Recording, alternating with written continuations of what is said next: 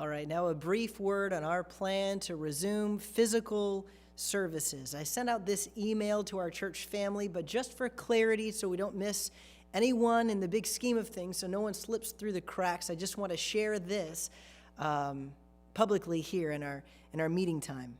This is the email that I sent out regarding our plan to resume services.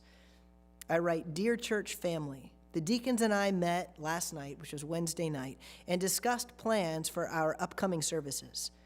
I asked specifically for Dr. Hughes to share his perspective and his recommendation from a medical standpoint.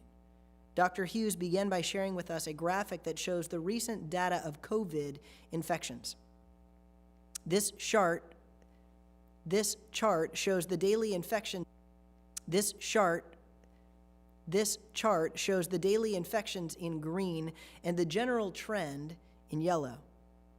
This report is from Halifax County, adjacent to where most of our people live, but it is representative of what's occurring statewide. This chart shows the spikes that occurred at Thanksgiving and then most recently with Christmas and New Year's Day.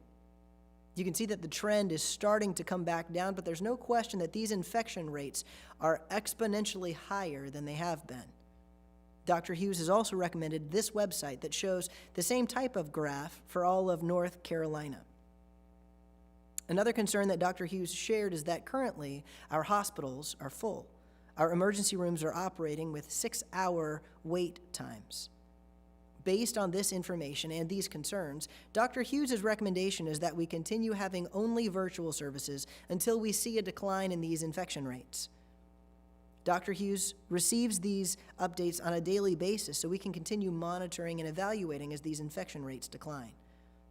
The deacons have also agreed with this recommendation and have proposed that we meet only virtually for the next several weeks and then reevaluate every week when it will be safe to resume meeting physically.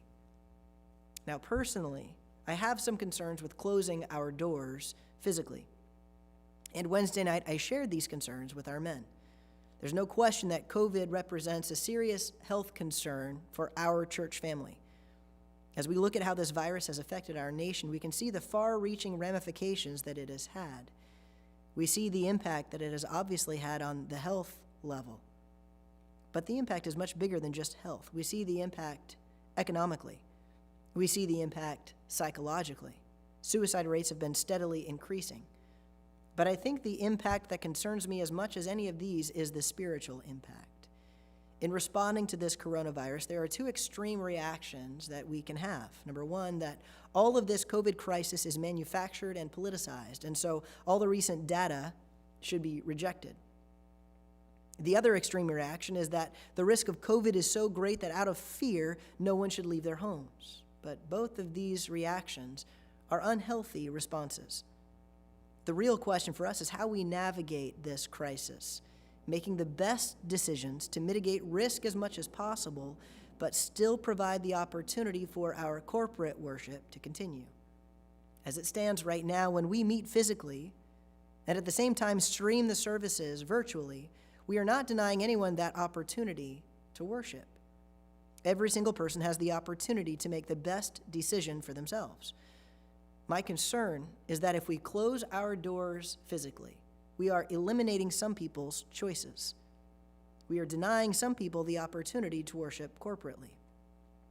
For that reason, I'm uncomfortable with closing our doors, particularly as we consider the biblical mandate of Hebrews 10:25, which reads, "Not forsaking the assembling of ourselves together, as the manner of some is, but exhorting one another, and so much the more as ye see the day approaching."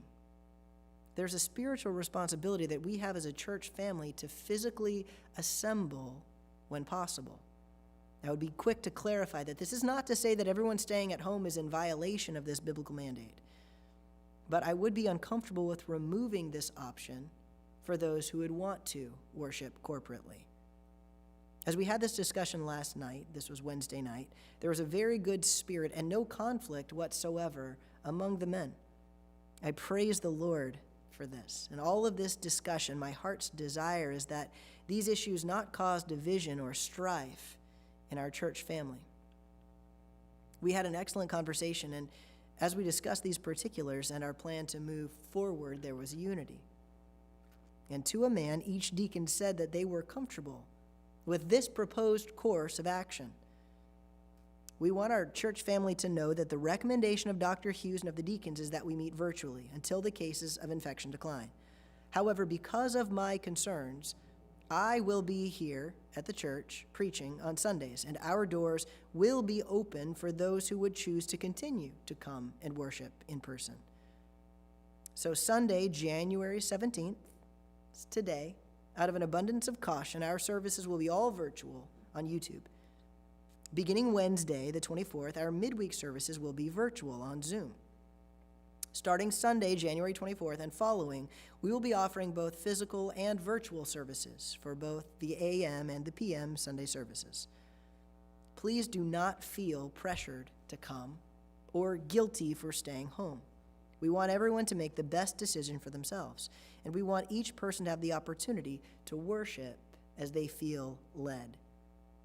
If I'm here preaching to an empty auditorium, it will not hurt my feelings. I'm just unwilling to remove the opportunity for those who feel strongly about worshiping in person. Again, I praise the Lord that in this conversation there has not been conflict or tension. And I pray that the Lord will grant the same unity in our whole church family as we work through these difficult times together. I could not be more thankful for this ministry, and I am so grateful to be a part of this church family. So that is our plan to move forward. And I would strongly encourage you to make the best decision for yourself and to be a part of our services, whether virtually or physically. You are a part of our church family and a very real and necessary part of our worship.